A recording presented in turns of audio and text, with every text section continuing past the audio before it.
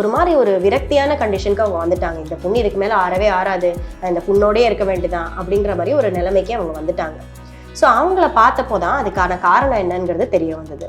It was a case of venous ulcer. Venous அல்சர்னா என்ன அப்படின்னா,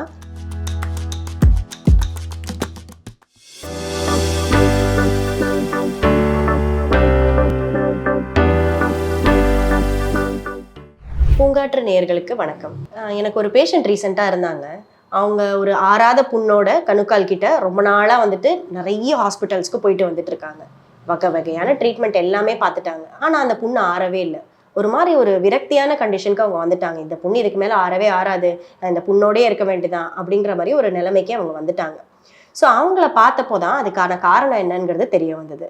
it was a case of venous ulcer. Venous அல்சர்னா என்ன அப்படின்னா, நம்ம உடம்புல 2 வகையான இரத்த குழாய்கள் இருக்கும். ஒன்று சுத்தமான ரத்தத்தை கொண்டு போகிற ஆர்ட்ரிஸ், இன்னொன்று அசுத்தமான ரத்தத்தை ஹார்ட்டுக்கு திரும்ப கொண்டு போகிற வீன்ஸ். ஸோ நம்ம ஆர்ட்ரிஸ் வந்துட்டு ஹார்ட்லேருந்து நம்ம காலுக்கு ரத்த ஓட்டம் கொண்டு வருது. ஸோ அந்த ரத்தம் இல்லை இருக்கிற ஆக்சிஜன் எல்லாம் யூஸ் ஆகி முடிச்சதுக்கப்புறம் அந்த டீஆக்சிஜனேட்டட் பிளட் திரும்ப ஹார்ட்டுக்கு ரிட்டர்ன் போகிற பிளட் வெசல் தான் வீன்ஸ். ஸோ அந்த வெயின்ஸ் வந்துட்டு கால்லேருந்து திரும்ப ஹார்ட் வரைக்கும் போகணும். ஸோ இந்த ப்ராசஸில் ஏதாவது ப்ராப்ளம் ஏற்படுறப்போ தான் நிறைய பேருக்கு வேரிகோஸ் வெயின்ஸ் ஏற்படுது.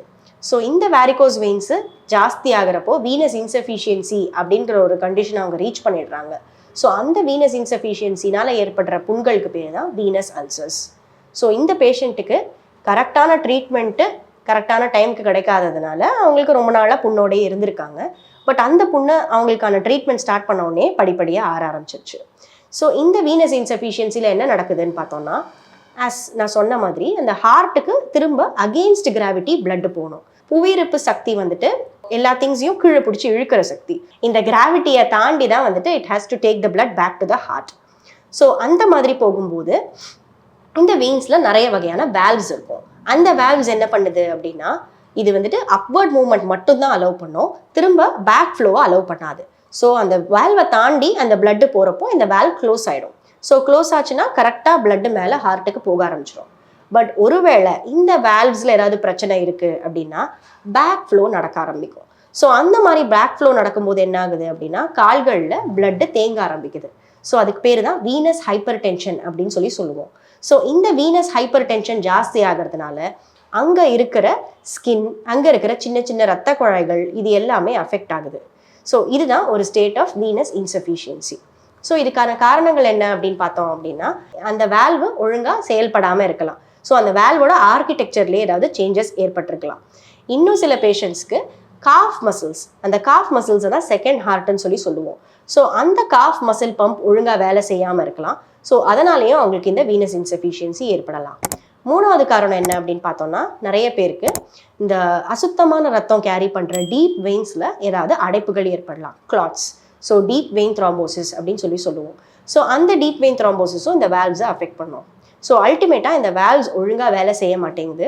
அண்ட் இந்த பிளட்டு வந்துட்டு காலிலேருந்து ஒழுங்காக அந்த டீப் வெயின்ஸ்க்கு போய் அங்கேருந்து ஹார்ட்டுக்கு போக மாட்டேங்குது. அப்படிங்கிறப்போ அவங்களுக்கு இந்த வீனஸ் ஹைப்பர் டென்ஷனுக்கான எல்லா சிம்டம்ஸும் வர ஆரம்பிக்கும். ஸோ இந்த மாதிரி நம்ம பேஷண்ட்ஸ் பார்த்தோம் அப்படின்னா, அவங்களுக்கு புண்ணு இருக்கலாம், புண்ணு இல்லாமையும் இருக்கலாம். சப்போஸ் புண்ணு இருக்குது அப்படின்னா மோஸ்ட்டாக அது கணுக்காலை சுற்றி இருக்கிற இடத்துல தான் வரும். அதை நாங்கள் கெய்ட்டர் ஜோன் அப்படின்னு சொல்லுவோம். ஏன்னா அங்கே தான் ப்ரெஷர்ஸ் இருக்கிறதுலே ஜாஸ்தியாக இருக்கும். ஸோ அந்த இடத்துல கிளாசிக்கலாக அவங்களுக்கு ஒரு உண்டு இருக்கும். அதை சுற்றி இருக்கிற ஸ்கின் பார்த்தோம் அப்படின்னா அதோட கலர் ஜாஸ்தியாக இருக்கும். ஹைப்பர் பிக்மெண்டேஷன் அப்படின்னு சொல்லுவோம். எதனால் அப்படின்னா, நான் ஏற்கனவே சொன்ன மாதிரி சின்ன சின்ன ரத்த குழாய்கள்லாம் அஃபெக்ட் ஆக ஆரம்பிக்கும். ஸோ அந்த மைக்ரோ சர்க்குலேஷன் அஃபெக்ட் ஆகாததுனால அங்கே ஹீமோசிட்ரின் அப்படிங்கிற ஒரு பிக்மெண்ட் டெபாசிட் ஆக ஆரம்பிக்கும். ஸோ அதனால தான் அவங்களுக்கு புண்ணை சுற்றி இருக்கிற ஸ்கின் கருப்பாக மாறிடுது. இன்னும் சில பேஷண்ட்ஸ்க்குலாம் பார்த்தோம் அப்படின்னா என்டையர் காலே வந்துட்டு ஒரு மாதிரி கலர் ஜாஸ்தியாக இருக்கும். அவங்களோட கையில் இருக்கிற ஸ்கின் வேறு கலரில் இருக்கும், காலில் இருக்கிற ஸ்கின் வேறு கலரில் இருக்கும். இது வந்துட்டு very classical of venous disease. வேற என்னெல்லாம் சேஞ்சஸ் இருக்கும் அப்படின்னு பார்த்தோம்னா, ஸ்கின்ல அலர்ஜி வர மாதிரி எக்ஸிமா அப்படிங்கிறது வரலாம். அதாவது புண்ணு இல்லாமல் கூட இருக்கலாம். பட் ஆனால் கால் முழுக்க வந்துட்டு ஒரு மாதிரி நீர் எப்போ பார்த்தாலும் கசிஞ்சிட்டே இருக்கிற மாதிரியும் அரிப்பு ஏற்பட்டுட்டு இருக்கிற மாதிரியும் இருக்கலாம். இன்னும் அட்வான்ஸ்டு ஸ்டேஜஸில் பார்த்தோம் அப்படின்னா அந்த காலே ஒரு மரக்கட்டை மாதிரி லைப்போடெர்மட்டோஸ்க்ளீரோசிஸ் அப்படின்னு சொல்லுவோம். ஸோ ஒரு உட்டு எப்படி தொட்டால் என்ன ஃபீலிங் இருக்கும் அந்த மாதிரி இருக்கும் அந்த காலை தொடுறப்போ. ஸோ இந்த மாதிரி இருக்கிற அல்சர்ஸை தான் நம்ம வீனஸ் அல்சர்ஸ் அப்படின்னு சொல்லுவோம். ஸோ இந்த வீனஸ் அல்சருக்கான எவாலுவேஷன் அப்படின்னு பார்த்தோம் அப்படின்னா உங்களோட டாக்டர் வந்துட்டு டாப்ளர் அப்படிங்கிற ஒரு டெஸ்ட் ஒன்று ஆர்டர் பண்ணுவாங்க. அதாவது கால்லேருந்து பிளட்டு ஒழுங்காக ஹார்ட்டுக்கு போகுதா அப்படிங்கிறத அசஸ் பண்ணுறதுக்கான ஒரு டெஸ்ட். ஸோ அதை பார்க்கும்போது உங்களுக்கு வேரிகோஸ் வெயின்ஸ் ப்ராப்ளம் இருக்கா இல்லையா அப்படிங்கிறத அவங்களால அசஸ் பண்ண முடியும். ஸோ இந்த மாதிரி அல்சருக்கு தீர்வே இல்லையா அப்படின்னு கேட்டால் டெஃபினட்டாக இருக்குது. பட் இதில் முக்கியமான ட்ரீட்மெண்ட் என்ன அப்படின்னு பார்த்தோம்னா கம்ப்ரெஷன். அதாவது சாதாரணமாக பிளட்டு கால்லேருந்து ஹார்ட்டுக்கு ஒழுங்காக போக முடியலை. ஸோ அந்த ப்ராசஸை நம்ம ஃபெசிலிட்டேட் பண்ணணும். ஸோ அதுக்காக நம்ம என்ன பண்ணுவோம் அப்படின்னா, நம்ம பாதத்துலேருந்து முட்டிக்கால் வரைக்கும் கம்ப்ரெஷன் ட்ரெஸ்ஸிங், அதாவது டைட்டாக ஒரு ட்ரெஸ்ஸிங் அப்ளை பண்ணுவோம். ஸோ இந்த மாதிரி கம்ப்ரெஷன் கொடுக்கும்போது என்ன ஆகுது அப்படின்னா, அவங்க ஒரு ஸ்டெப் நடக்கும்போதும் அந்த பிளட்டு திரும்ப ஹார்ட்டுக்கு அழகாக புஷ் ஆகிடும். ஸோ இந்த மாதிரி கம்ப்ரெஷன் தெரப்பி போடும்போது தான் நான் சொன்ன அந்த ஃபஸ்ட்டு பேஷண்ட்டுக்கு வூண்டு அழகாக கொஞ்சம் கொஞ்சமாக சைஸ் கம்மியாயிட்டு இப்போ ஆல்மோஸ்ட் ஆறுற நிலைமைக்கு அவங்க வந்திருக்காங்க. பட் இந்த கம்ப்ரெஷன் போட்டு நம்ம புண்ணு ஆற்றிட்டு அதுக்கப்புறம் நம்ம பாட்டுக்கு அப்படியே இருக்கலாமா அப்படின்னு கேட்டால் அதுதான் இல்லை. ஏன்னா கம்ப்ரெஷன் அப்படிங்கிறது அந்த பேஷண்ட்டுக்கு ஒரு லைஃப் லாங் மெஷர். ஸோ திரும்ப புண்ணு வராமல் இருக்கணும் அப்படின்னா கம்ப்ரெஷன் ஸ்டாக்கிங்ஸ் அப்படிங்கிறது அவங்க போட்டுக்கிற மாதிரி இருக்கும். ஸோ இதை பற்றி நம்ம எல்லாருமே கேள்விப்பட்டிருப்போம். அதாவது டைட்டாக ஒரு சாக்ஸ் மாதிரி இருக்கும், அது பாதத்துலேருந்து ஆரம்பித்து முட்டிக்கால் வரைக்கும் போடுற மாதிரி இருக்கும். பிலோனி ஸ்டாக்கிங்ஸ் அப்படின்னு சொல்லுவோம். ஸோ புண்ணு ஆறிடுச்சு, கம்ப்ளீட்டாக நார்மல் ஆகிடுச்சு அப்படின்னா இந்த ஸ்டாக்கிங்ஸை அவங்க காலையில் தூங்கி எழுந்திரிச்சு நைட்டு தூங்க போகிறப்போ வரைக்கும், அதாவது எப்பெல்லாம் நிற்கிறாங்களோ நடக்கிறாங்களோ அப்போ கண்டிப்பாக அந்த ஸ்டாக்கிங்ஸை போட்டுக்கணும். எதனால் அப்படின்னா இது திரும்ப அந்த பிளட்டு ரிட்டர்ன் போகிறதுக்கு ஹெல்ப்ஃபுல்லாக இருக்கும். மறுபடியும் புண்ணு வராமல் இருக்கிறதுக்கும் இது யூஸ்ஃபுல்லாக இருக்கும். இதுக்கான ஏதாவது பர்மனன்ட் சொல்யூஷன்ஸ் இருக்கா அப்படின்னு கேட்டால் கண்டிப்பாக இருக்குது. பட் அது உங்களுக்கு தேவையா இல்லையா அப்படிங்கிறது உங்களோட டாக்டர் பார்த்து அசஸ் பண்ணிட்டு தான் சொல்லுவாங்க. ஸோ கம்ப்ரெஷன் ஸ்டாக்கிங்ஸ் ஒரு வகையான ட்ரீட்மெண்ட்டு புண்ணு இல்லாதவங்களுக்கு, கம்ப்ரெஷன் ட்ரெஸ்ஸிங்ஸ் புண்ணோட இருக்கிறவங்களுக்கு. இன்னும் சில பேருக்கு அந்த வீனஸ் இன்சஃபிஷியன்சியோட சிவியாரிட்டி ஜாஸ்தியாக இருக்குது அப்படின்னா அவங்களுக்கு சில வகையான ப்ரொசீஜர்ஸ் தேவைப்படலாம். அதாவது லேசர் ப்ரொசீஜர்ஸோ ரேடியோ ஃப்ரீக்வன்சி அப்ளேஷன் அப்படிங்கிற ப்ரொசீஜரோ தேவைப்படலாம். ஸோ இதில் என்ன பண்ணுவாங்க அப்படின்னா சின்னதாக ஒரு இன்சிஷன் தான் போடுவாங்க, ஓப்பன் பண்ணி சர்ஜரி பண்ணுறதுக்கான நெசசிட்டி எதுவும் இருக்காது.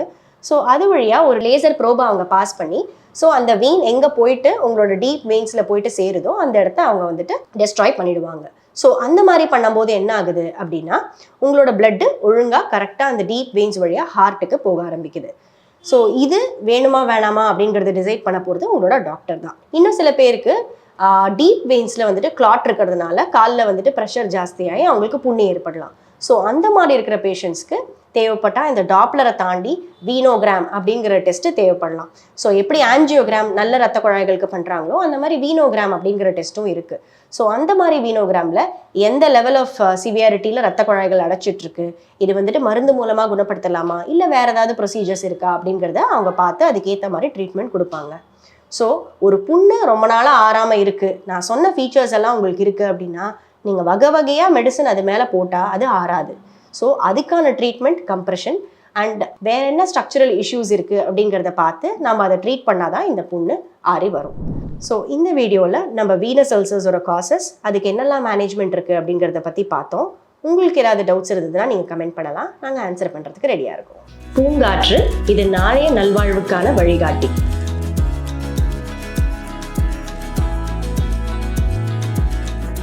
தொடர்ந்து எங்களோட வீடியோக்களை பார்க்குறதுக்கு பூங்காற்று சேனலை சப்ஸ்கிரைப் பண்ணுங்கள் அண்ட் ஃபாலோ பண்ணிடுங்க.